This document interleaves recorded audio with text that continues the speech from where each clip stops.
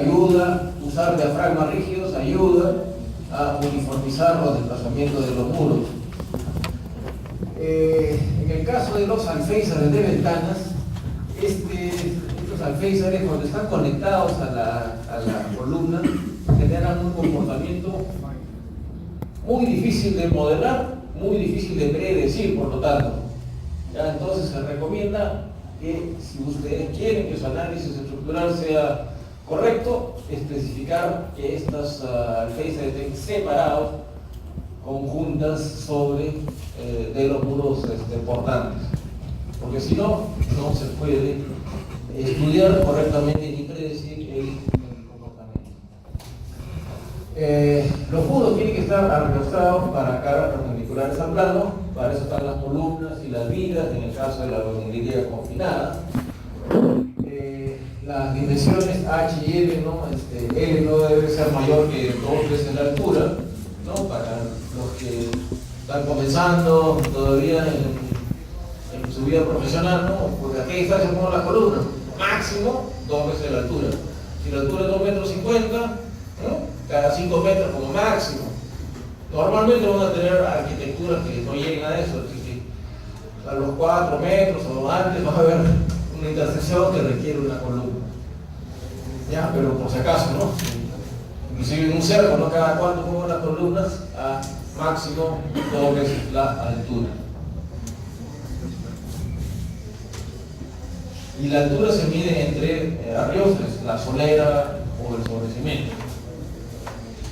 Diafragmas flexibles se pueden usar en el último piso, pero aún ahí en el último piso, o sea, los techos que no son de concreto, sino de madera o metálicos, se debe usar una solera, ¿no? De concreto para simular, generar cierta acción del diafragma y, nuevamente, ¿no? En los pisos altos hay que prevenir volcamientos o volteos perpendiculares al plano.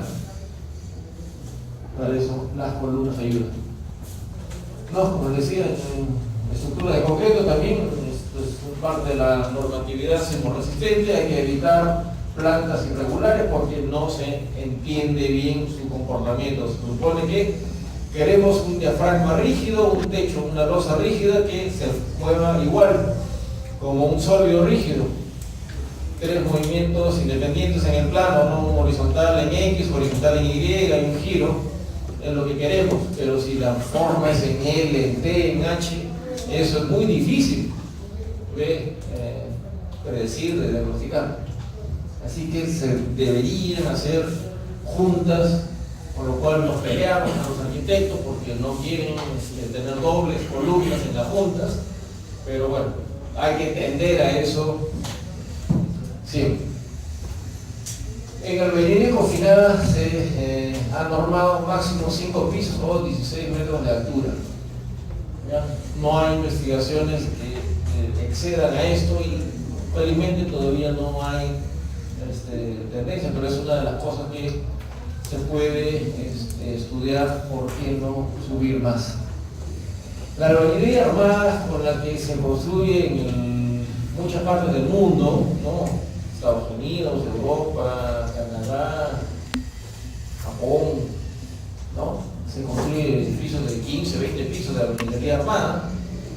Ahí solo depende de la resistencia tanto de la unidad como del grout, ¿cierto?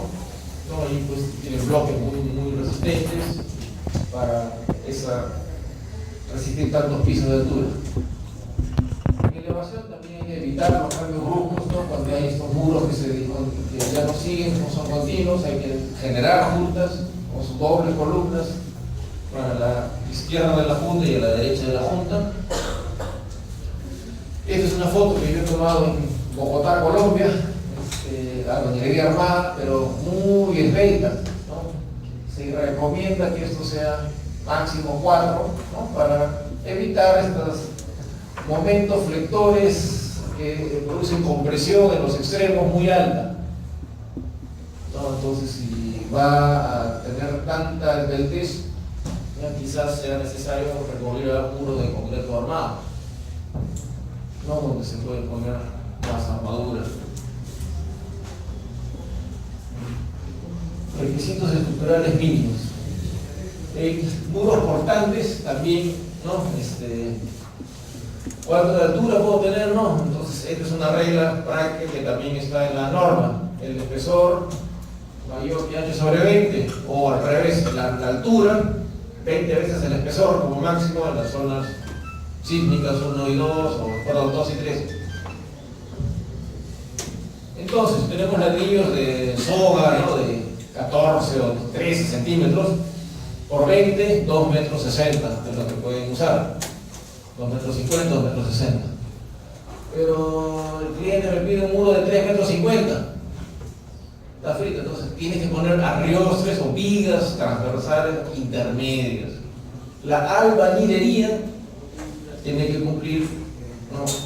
H entre T 20. Puede dividir la albañilería con unas vigas de concreto, ¿no es cierto? Entonces ya cumple pues, los 3 metros 50, ya divides a los 2 metros 50, pones una viga y pues, tienes un metro más de albañilería sin problema. Ya esas son cosas que hay que manejar. La altura entre arriostres horizontales o vigas de concreto.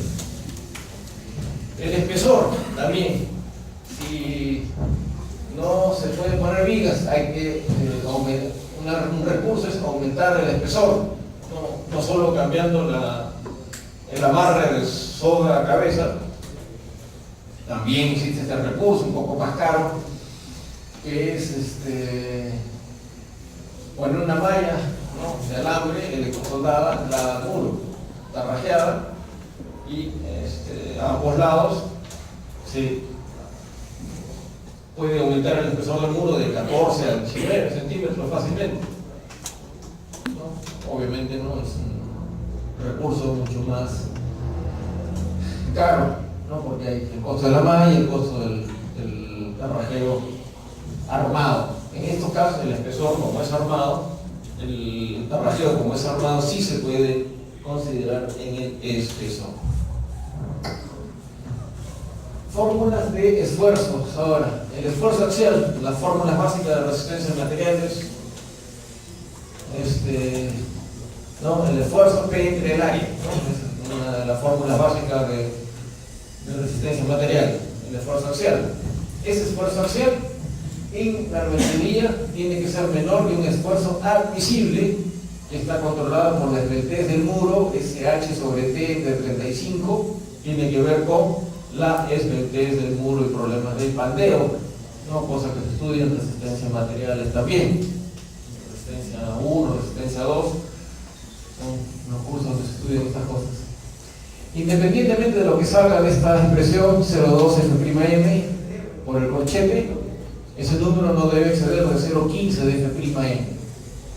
Ya, ese es un límite al esfuerzo axial. No queremos muros que tengan mucho esfuerzo axial. Entonces, en muros del primer piso de un edificio de 4 o 5 pisos, estamos en este orden de magnitud, 0,14, 0,15 de F'M. Tengo que decir acá algo que no está en las diapositivas. Cuando el esfuerzo excede de, ya no 0,15, que no se puede exceder, que no se debe exceder, sino cuando excede de 0,05, o sea, el 5% del F'M, cuando el esfuerzo axial entre el área excede del 5%, se necesita en ese caso un refuerzo horizontal continuo. Ya es algo que no he llegado a poner en las diapositivas, pero es importante porque es una novedad de la norma.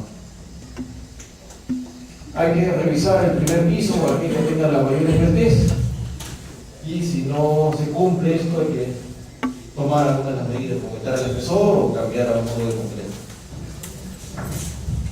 El aplastamiento es una acción concentrada porque hay una viga que cae encima de la albañilería, entonces se puede evaluar este esfuerzo. La fuerza entre el área es un T por 3T, ¿ya? Y ver que no exceda de este 0,375 de F'M. Esto para no poner una columna de más, ¿no? Es el aplastamiento, cuando hay una viga y no llega a columna, no ponen directamente sobre el muro, ¿no? Pero no es, este es el caso de un exceso, ¿no? Una viga muy grande, cae sobre el pobre muro de albañilería, ¿no? Se rajó por completo. Entonces hay estas fórmulas para controlar el aplastamiento. Una de las fórmulas más interesantes, importantes, que permite predimensionar, ¿no?, a los ingenieros, conversar con los arquitectos, es esta fórmula de la densidad mínima de muros que deben ser reforzados. La densidad de muros es cuántos muros en área debo de tener reforzados entre el área de la planta.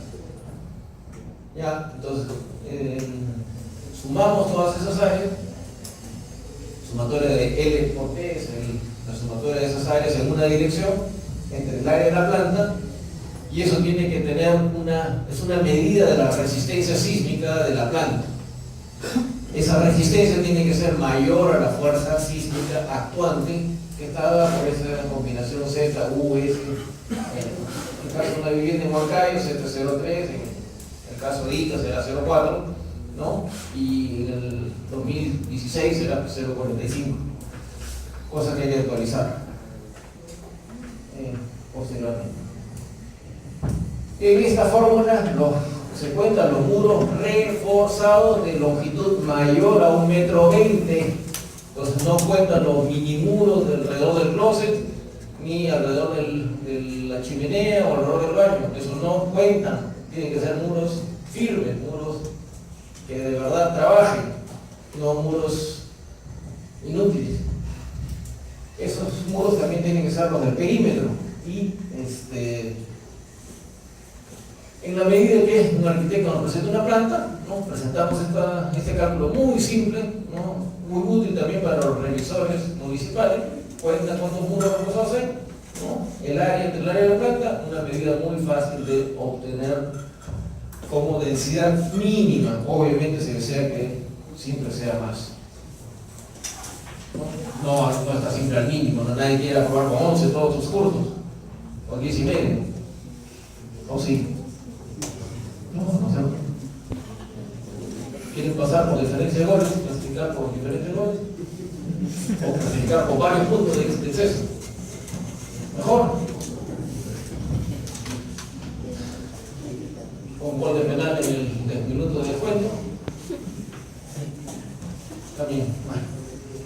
Ya, el capítulo 7 ya fue.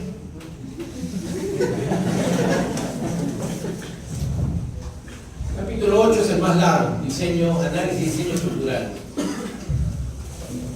La norma de albañilería, allá en el 2006, o 2004, cuando se acabó la discusión, es la única norma peruana que ha impuesto, se ha atrevido a hacer un diseño por desempeño de sismo moderado y sismo severo. Hay dos sismos de control. El sismo severo es el que se usa tradicionalmente en las normas, las estructuras de concreto, entonces se diseñan en el sismo severo. Los valores de R que entran como divisor en esta fórmula, entonces para el caso de la albañilería es R igual a 3.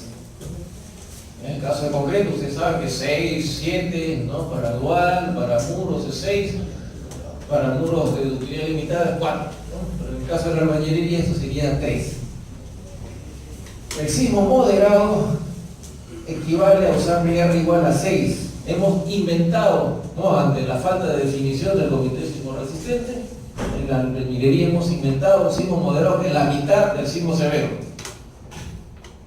Hoy queremos que ante un sismo moderado no haya fisura de los muros portantes.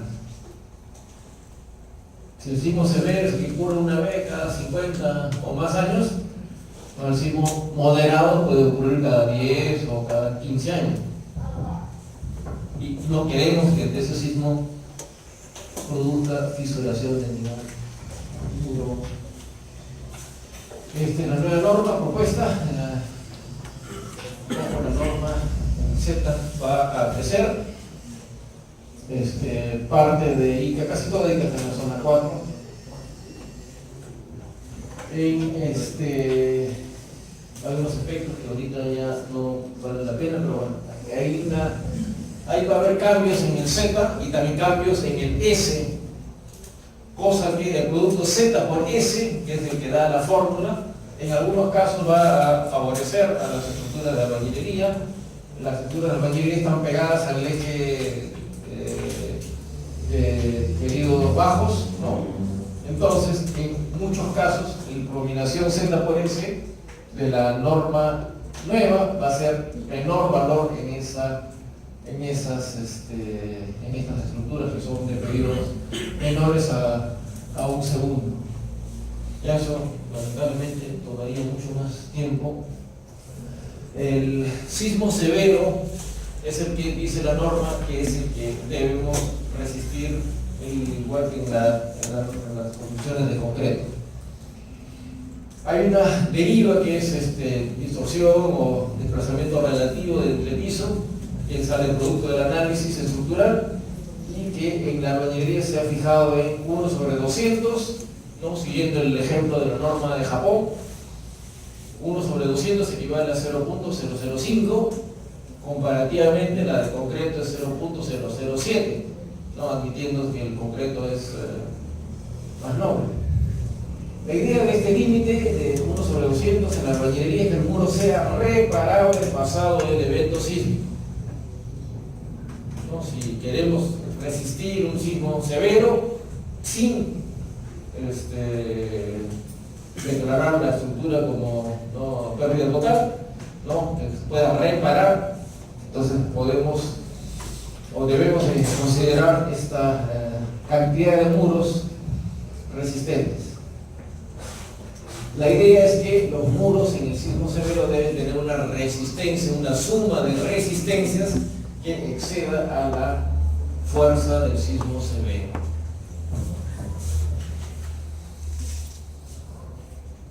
Para eso, para el análisis estructural se necesita el módulo E y el módulo G. ¿No? Los que han manejado algún programa de computadora no saben que esos son datos que hay que proporcionar al programa. La albañilería confinada tiene un problema con los programas. La albañilería confinada, como saben, tiene la albañilería y tiene columnas de concreto. La albañilería tiene un módulo de elasticidad y el concreto tiene otro módulo de elasticidad 6, 7, 8 veces más grande.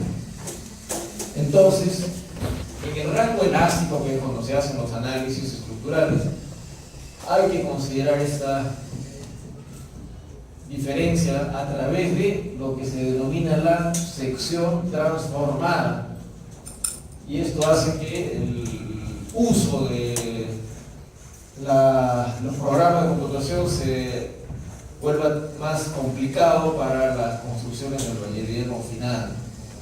No es una sección rectangular, sino una sección donde las columnas se transforman en albañilería equivalente. Además, si hay muros transversales que se conectan con la columna en la esquina, estos también aportan en la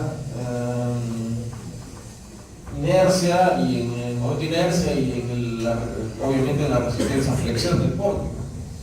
Entonces, examinemos este muro del eje 3, donde hay unas esquinas, unos muros en L, en C. El ancho del muro transversal, ¿no? Está indicado L cuartos o 6 veces el espesor, o L medios, y aparte de eso están las columnas. Las columnas, en el caso de albañilería, deben ser albañilería confinada, deben ser transformadas en albañilería equivalente a través de la relación M de los módulos de elasticidad. Esto se enseña en los cursos de resistencia a materiales, ¿no? Pero ¿cuándo lo voy a aplicar? Bueno, en el caso de albañilería confinada debe de aplicarse esta transformación, porque ante más área de albañilería, ¿no? Hay mayor momento de inercia, que puede traducirse en que el muro que tiene mayor inercia absorbe más, ¿no? comparativamente que ¿no? necesita entonces se absorbe más fuerza y despreciamos ese aumento, podemos estar en el lado de la inseguridad. Además, ¿no? Otra cosa que le da flojera a la gente que quiere usar solo el programa, a la hora de hacer esa sección transformada, ya la sección no tiene un centroide en el medio, ¿no? El centroide se va corriendo donde hay más área. No, si hay la columna y además el muro transversal, hay más área a la izquierda y por lo tanto el centroide se corre a la izquierda. ¿No? Repito, son cosas que hacen que el uso de programas para albañilería confinada sea más pesado y a veces pues la gente, ¿no? Acostumbrada al concreto armado, que todo está a la mitad, ¿no? evita, se saltea estos pasos. Bueno, son cosas que les traigo a colación porque el modelaje en todo caso de este muro también entonces pasa por tener los elementos verticales en el centroide de los elementos como parte del modelaje para hacer un análisis de computadora.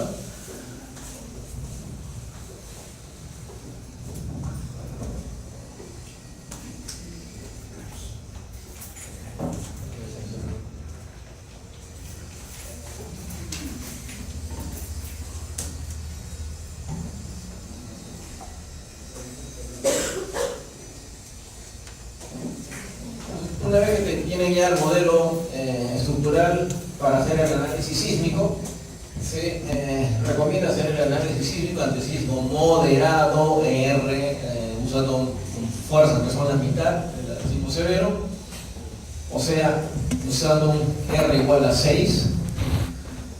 Para calcular la deriva se multiplica luego por 0,75 de R, ¿no? Entonces ahí es indistinto si usamos R3 o R6 y contornamos la deriva de que no exceda del punto 0,05.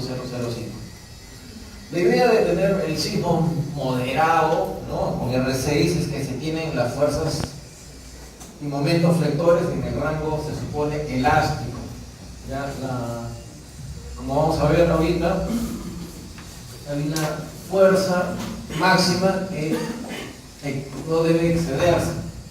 En el sismo moderado, la fuerza cortante de los muros no debe exceder su resistencia al corte, BM, y con un factor de seguridad que se ha establecido en 0,55. Ante sismo moderado no queremos que haya fisuración de los muros portantes. Entonces, sismo moderado, ¿qué cosa es? Hemos inventado que es la mitad del sismo severo. Y ante sismo moderado, la fuerza que recibe el muro no debe ser alrededor de la mitad o 60% de su capacidad de resistencia al corte, para tomar en cuenta, ¿no?, seguridades. Los muros portantes entonces no deben agrietarse, no queremos que haya reparaciones ante un sismo moderado. Sismo de Pisco del 2007, ¿se acuerdan?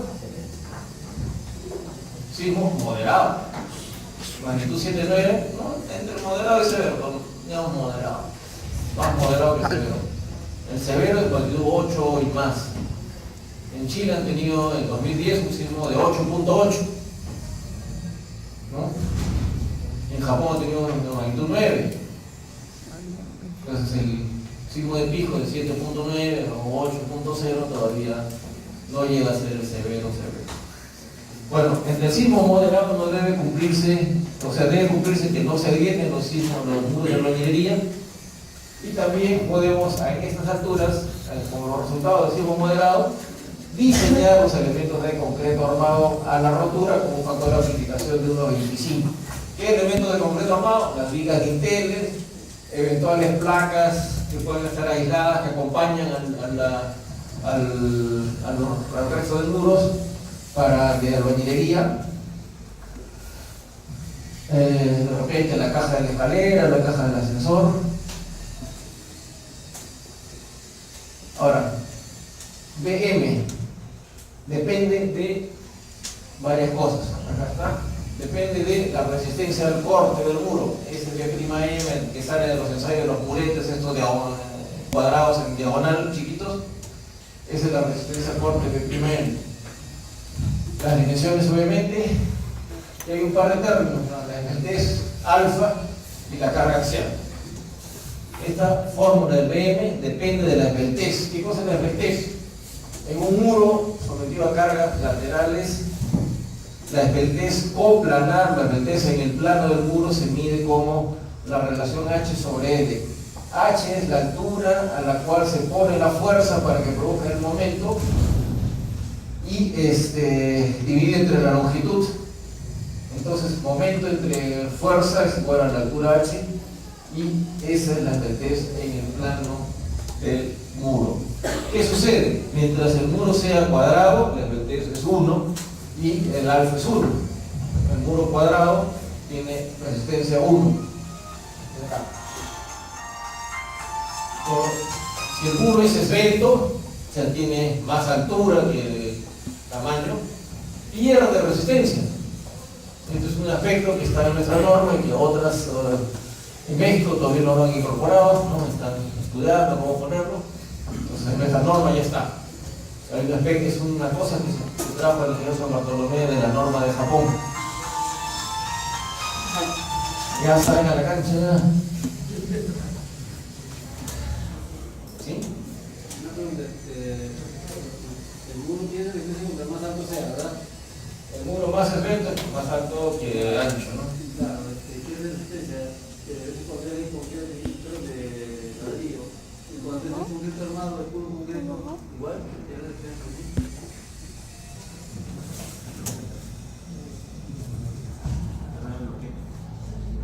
Cuando el muro es de concreto armado o de bañilería armada. No, del puro concreto, del puro vaciado, concreto armado. Una placa. Claro. No, ahí depende de la albañilería, ¿no? Te digo de la armadura. Eso es igual, no depende de si es bloquetas o confinada.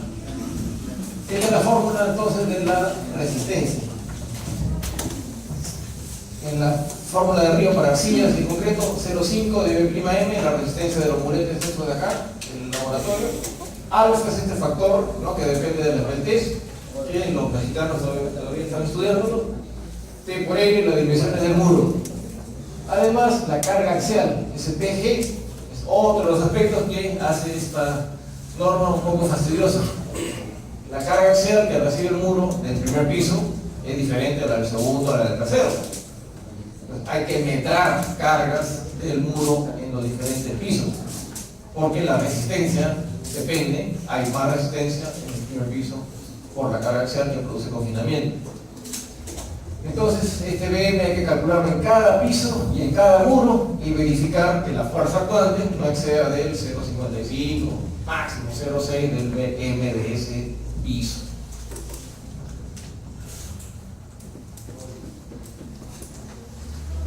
Cumplidos las tareas del sismo moderado, hay luego que pasar al estudio del sismo severo.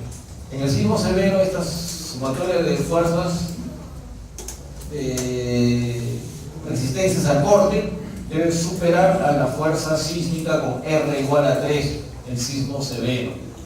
Entonces tenemos un montón de muros, suma de toda la resistencia tiene que ser superior a la fuerza del sismo severo.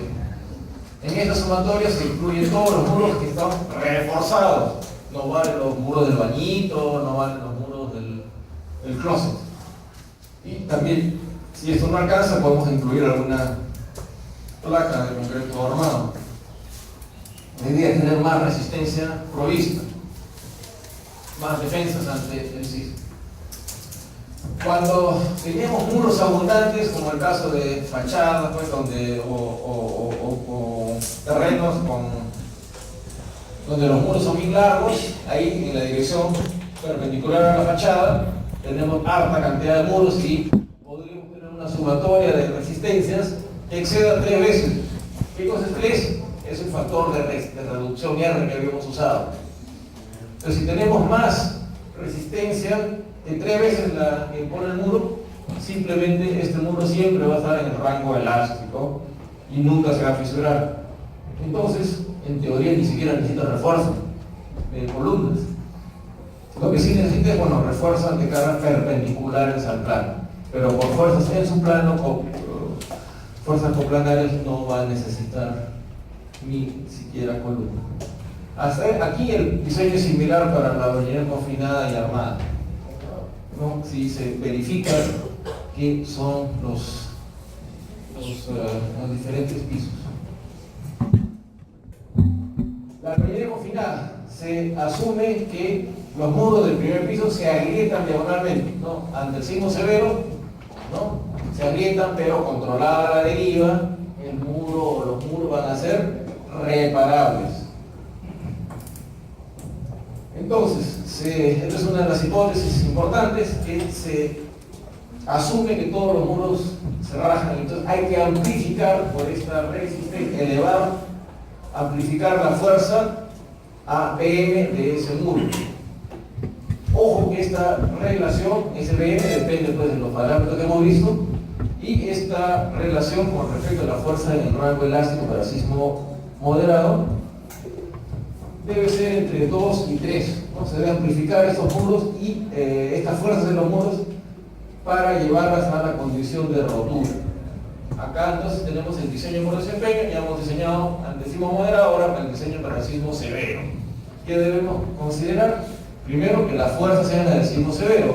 ¿Cuáles son las fuerzas del sismo severo? Las que producen agrietamiento del primer piso y eventualmente la del segundo piso. Este factor de amplificación debe ser entre 2 y 3. No es ni 2 ni 3 necesariamente, sino que 2 y 3 son los límites. Es la relación entre la fuerza PM y la fuerza elástica del sismo moderado.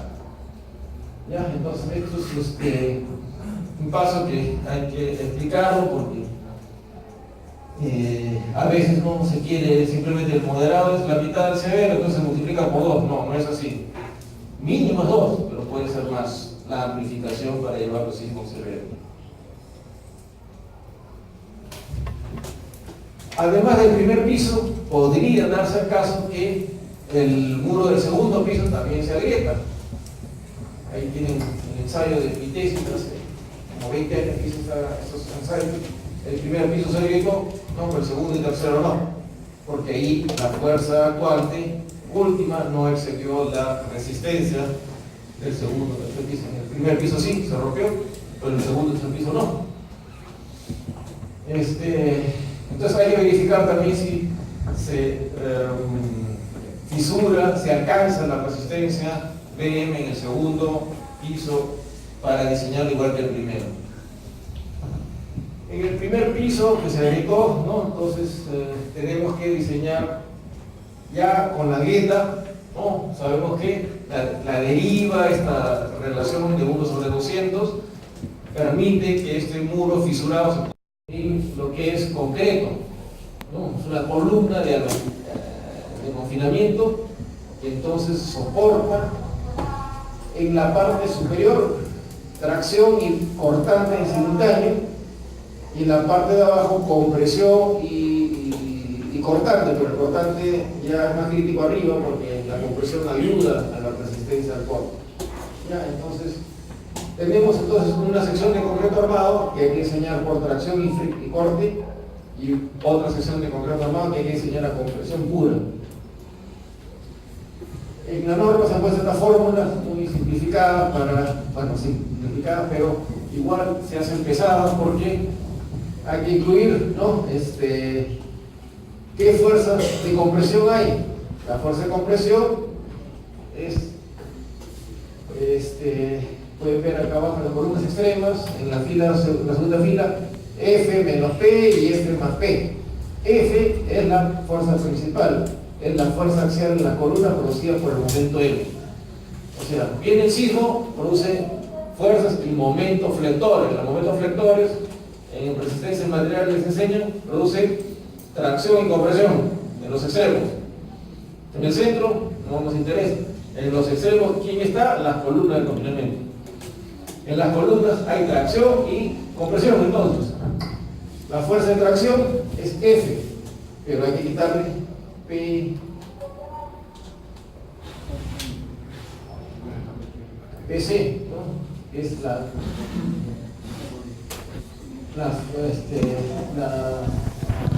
cargas que vienen del paño adyacente.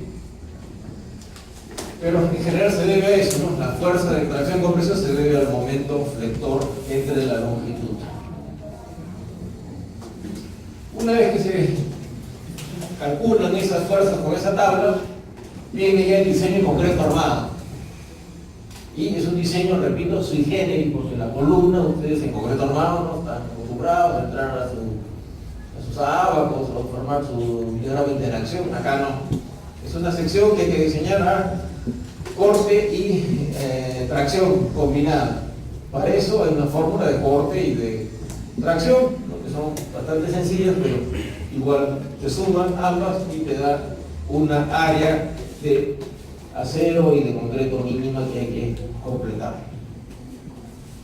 En el otro lado, en la base, hay que diseñar por compresión. Se diseña por compresión sin momento flector, que se diseña el núcleo confinado, la fuerza de compresión entre phi menos el área de acero, con un denominador que es 0,85 de F'C, y el delta es cuando está pues, libre o está delta 0,8 o está bien confinado por ambos lados, en ambas direcciones, delta es 1.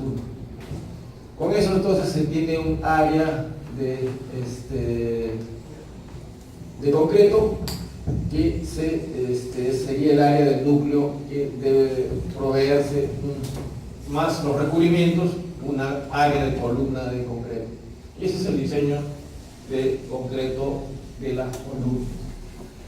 Luego viene pues, los estribos, que tienen unas fórmulas de corte, y finalmente tienen ya su columna diseñada en un lado, en el otro lado, que es columna de dos direcciones. Habrá que diseñar por ambas direcciones y usar la mayor área de acero que salga. Este acero horizontal es el que les contaba, ¿no? Que se debe usar cuando la carga axial produzca un esfuerzo P entre área, carga axial entre área, mayor al 5% de F'M. Esto solamente ocurre en el primer o segundo piso de un edificio de 4 o 5 pisos. Tampoco es una novedad que cueste mucho. Una varilla de un cuarto cada 2 hiladas no encarece la obra.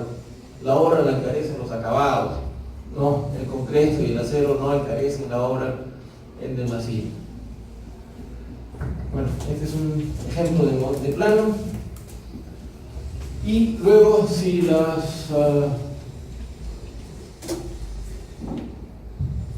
el diseño de los muros del primer piso que se fisuraban, si los pisos superiores no se fisuran, cuando se hace esa amplificación de la fuerza del elástico, del moderado al severo, y esa fuerza no excede de la fuerza de agrietamiento, PM, entonces se tiene simplemente diseños mínimos. El diseño mínimo significa que solo se diseñan las columnas extremas por este momento que hemos dicho.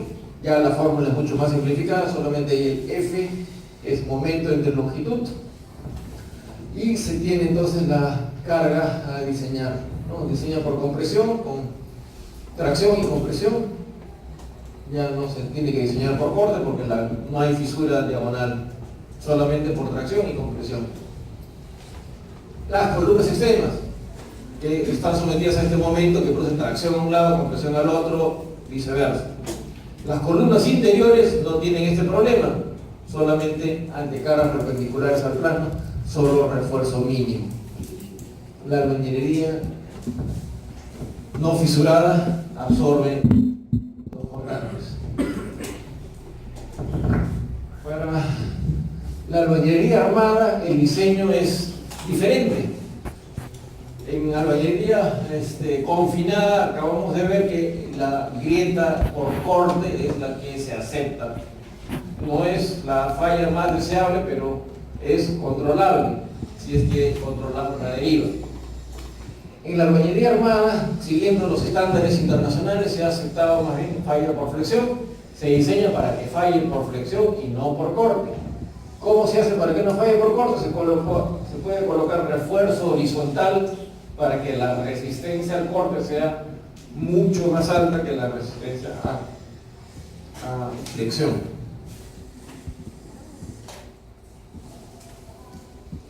La cuantía mínima es de 1 por mil, siguiendo estándares internacionales, ¿ya?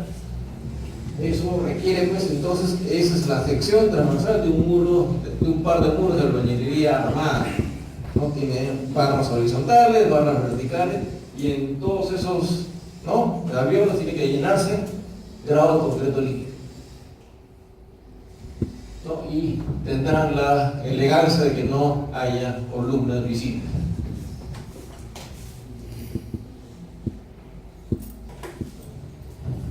El refuerzo vertical tiene que existir en los bordes, sobre todo para controlar el momento flector del proceso de tracción, ¿no? Y en la parte central, simplemente para evitar esta falla por deslizamiento. Si hay fuerza cíclica, como la que se produce en un terremoto, entonces hay momento flector que produce tracción, compresión. Viceversa, entonces las grietas que se producen de tracción a la izquierda, ¿no? Instante después se produce tracción a la derecha y luego se van repitiendo estos ciclos durante un sismo hasta que de repente estas grietas se juntan, ¿no? La grieta que viene por la izquierda se junta con la grieta que empezó por la derecha y ahí sí se tiene una falla indeseable, que es la falla por deslizamiento. No es como que el muro lo hemos cortado, ¿no? Y esa falla por deslizamiento puede hasta romper las barras o verticales. Entonces hay que prevenir esta falla por deslizamiento y hay una serie de investigaciones que se han hecho para prevenir esta falla. Entonces se pueden poner barritas o espigas, dowels adicionales en el primer piso para evitar esto. Esta falla por deslizamiento en la albañilería armada. Bueno, se diseña por flexión. ¿Cómo se hace? El sismo moderado se multiplica por 1,25 para forzar la falla por flexión. La compresión, el momento flector produce esfuerzo de tracción y compresión. La tracción la toma el acero. La compresión hay que confinar. Entonces se evalúa la compresión con esta fórmula de resistencia de materiales entre el área, momento por distancia entre momento de inercia. En condiciones últimas se evalúa ese esfuerzo y debe cumplirse, ¿no?, que no exceda, bueno, si excede de 0,3 de Fm, hay que poner confinamientos especiales, ¿no?, que son unas planchas o unas estribos, cualquier cosa que confine a la barra. Esto es muy complicado, entonces hay que diseñarlo bien para que, ¿no?, se pueda confinar esas zonas donde el esfuerzo de compresión es muy grande. Igualito que en el concreto armado, cuando hay una columna que tiene mucho esfuerzo hay que ponerle estribos muy cerrados o espirales inclusive. Luego viene el diseño por flexión, ¿no? Hay unas fórmulas para encontrar un factor phi que reduce la resistencia, ¿no?, del momento entre la resistencia y el factor phi, y se tiene el momento nominal. Uno se da una área, inauguraba un colegio cada semana o cada día, no sé, y en fin, se construían la velocidad de radio. Entonces había un problema acá, que la columna la construyeron sin estribos y hay un ajuste de separación, pero no es suficiente, ¿no? La columna quería moverse con el sismo. La época en la que se diseñó y se construyó estos colegios era con la norma antigua, donde la deriva era muy permisible, el desplazamiento era muy holgado, y cuando ha querido moverse ha chocado con estos tabiques de albañilería y le han dicho a la columna: oye, columna, tú no te puedes mover porque yo estoy aquí. Entonces, columna, pobrecita, se arrojó. Entonces, esto que ocurrió en Nazca, un colegio, ¿no?, un poco más allá, en Palpa, teníamos este otro colegio. ¿Cuál es la diferencia entre uno y otro? Acá no hay columna corta, en Palpa, un colegio antiguo, con ladrillitos pues hasta arriba, no hay columna corta porque no hay ventanas altas, ¿no? Las ventanas son, no llegan a la columna y se ha protegido, ¿no? Este edificio viejito de albañilería no ha tenido daños en Palpa. En cambio, el colegio moderno, recién inaugurado, roto. ¿Aprendimos la lección? No. El año 2001 hemos visto en Arequipa otra vez las mismas cosas. Una dirección con muros de albañilería muy rígidos, muy resistentes, cero daños en la dirección de los muros. En la otra dirección, columnas de concreto con ventanas altas y tabiques que producen columna corta. Somos muy lentos para aprender. La columna corta es una lección ya vieja, ¿no? Desde el año 70, ¿no? Ya nos olvidamos, 74, cuando hubo terremoto, 96, 2001.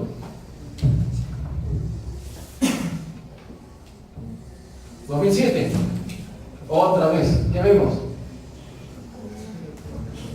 ¿Por qué? Porque la interacción tabique con columna está mal concebida. ¿Ya estos conocen el colegio? Es en Miguel Grau, ¿no? Porque está en la barba de Miguel Grau, es el Pisco, y el otro es el... No, todos son de Pisco, ¿no? El hospital de Pisco también. Pero también acá en hubo seguramente daños. Eso también es de Pisco, bien conocido, un problema bien complejo, algo de ladrillos o muros de ladrillo de poca resistencia, ¿no? Se han roto, una vez que se rompe, se tiene una estructura con mucha torsión, ¿no? Y luego, ¿no? Piso blanco, se forma un problema en piso blanco porque hay la cochera y los muros de arriba siguen intactos, entonces colapso seguro. Realmente, bueno, hay un problema con llanas de tabiques, pero es de lo mismo. Los pisos blandos también son causa de colapso casi seguro. En Tacna, en 2001 y en Pisco, en 2007 hemos visto estas casas rotas. ¿Qué pasa acá? Bueno, no es necesariamente un problema de tabiques, pero sí de interacción entre un piso en el cual no hay suficientes muros y luego en el piso siguiente hay muros que no llegan a la cimentación, entonces se forma el piso blando. Bueno, con esto entonces estamos recapitulando la bibliografía básica, les he dicho, la norma de albañilería del 2006. A partir del próximo año seguramente estaré en el comité que discutirá una actualización